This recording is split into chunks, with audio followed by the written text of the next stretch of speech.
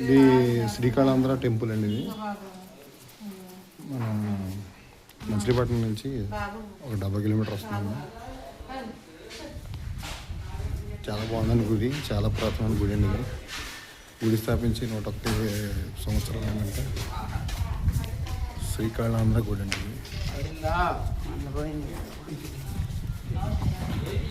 గుడి మాత్రం ఇప్పుడు డెవలప్ చేస్తున్నారండి బాగా. 101 సంవత్సరం గుడి అనమాట ఇది.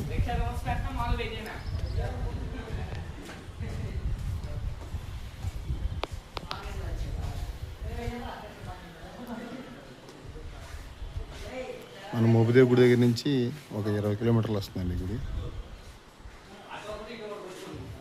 బ్రహ్మర్షి తపస్సు చేస్తే స్వామివారు స్వయంభూలింగంగా దర్శనమిచ్చారన్నమాట.